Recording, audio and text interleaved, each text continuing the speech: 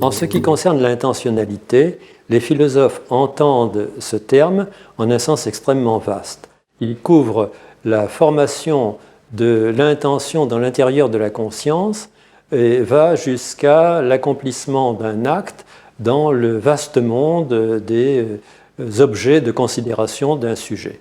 Les physiologistes, bien entendu, n'étendent pas l'ouverture de leur intérêt jusque-là. Mais en revanche, ils ont établi l'existence dans le cerveau de certaines régions qui s'activent lorsque se forme une intention motrice de mouvement. Et de même, ils s'intéressent également aux aspects par lesquels le comportement est orienté dans son accomplissement vers un but visé d'avance. De ce point de vue-là, on peut dire que Marey était étonnamment peu intéressé par l'intentionnalité au sens y compris des physiologistes, puisque dans le mouvement d'un membre, notamment un membre locomoteur, il retenait seulement la contraction musculaire, indépendamment des tenants et des aboutissants de cette contraction.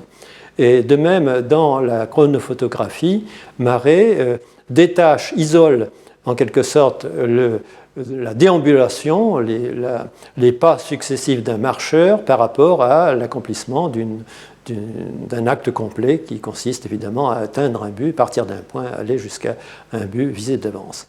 Donc on peut dire que Marey ne s'intéressait pas dans le mouvement à ces aspects qui intéressent la science d'aujourd'hui.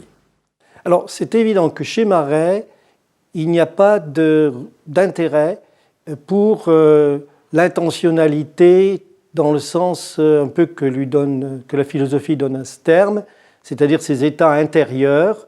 Il étudie le mouvement et ses déterminations physiques, chez le vivant ou chez l'inanimé d'ailleurs. Et l'intériorité pour Marey ne peut devenir objet de science que dans la mesure où elle est extériorisée dans une trace graphique, physique, matérielle, qui peut être analysée.